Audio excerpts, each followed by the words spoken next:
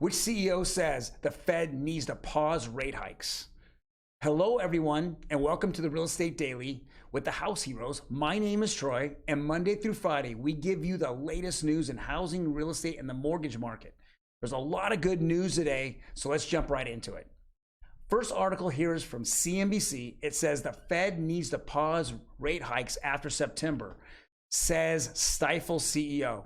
Now, we all understand that if we continue to go on the path we're going to hit the recession. And more CEOs are coming out and saying that that is the path that we're on.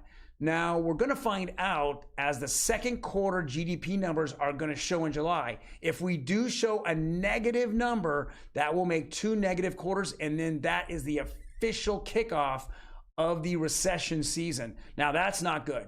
That's not good whatsoever. We're going to have inflation and recession at the same time. Job market strong. So we need to monitor this really good. We know that if they continue to raise the interest rates, then we're going to see the mortgage market really have a meltdown. So we don't want to see that happen. We want them to see that they're easing, or they're actually coming out with their news conferences saying that they want to keep rates about the same. Now, obviously, in the next 2 rate hikes, one June 14th and the next one happening at their July meeting, we're going to see 50 basis point raises. There's a no-brainer. But hopefully they reassess everything and come back in September and have some type of easing, or at least keeping status quo. Next article here is from Redfin. It says rental market tracker, typical US asking rent surpasses $2,000 for the first time in May. Now, obviously, if you live in Southern California, we all would love to have $2,000 a month as rent. There's really, even if you had a studio, you don't have $2,000 worth of rent. It's always going to be more. But across the United States, surpassing $2,000, we know one thing. If you're a renter, there is no way that you're going to see your rent goes down. It only stays the same or goes up. And in this environment, when there's just not enough homes or rentals for the amount of people out there, we're just going to see rents going up. This is why we definitely preach that you should have a plan and look into getting into a house. It doesn't matter, or a condo or a townhome.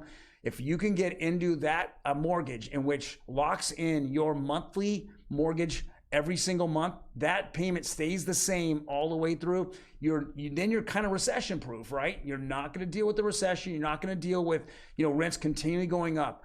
I know that I am a landlord and I do own properties. And with that being said, what do I want to do every year? Annually, I want to raise the rents. Absolutely. So keep that in mind. Get a plan and get into a home.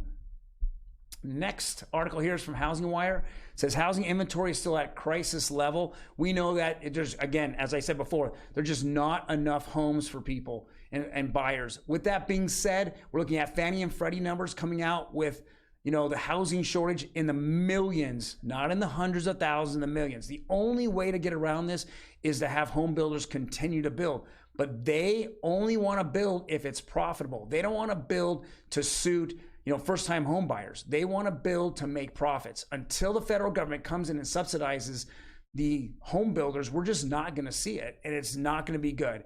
But we still see that right now, as of June 7th, that housing inventory level is not good. It's not good for anyone that's looking to buy a home or to get in a home right now. And the last article here is from Optimum Blue. Let's go over the rates. Okay, 30-year conforming, which is conventional, it just ticked up barely. It's almost flat. Same as the 15-year conforming. 30-year jumbo actually went up a little bit, but FHA kind of is flat. So which is good. We want to see that flat. We know that next week the Fed is going to raise rates by 50 basis points. I think they're already baked into these rates, and so we're going to just trade back and forth in a range. I would suggest if you're looking for a home, this isn't a great time to look at it. For the first time in 3 years, now it's a neutral market. It's not a seller's market with some crazy terms on your offer. Now we're turning into having where the buyer now can get some of their terms back, their appraisal contingencies, things like that, inspection contingencies. It's now the time to take advantage of it before rates actually go up again when the Fed meets again in July, and we might see another bump in mortgage rates.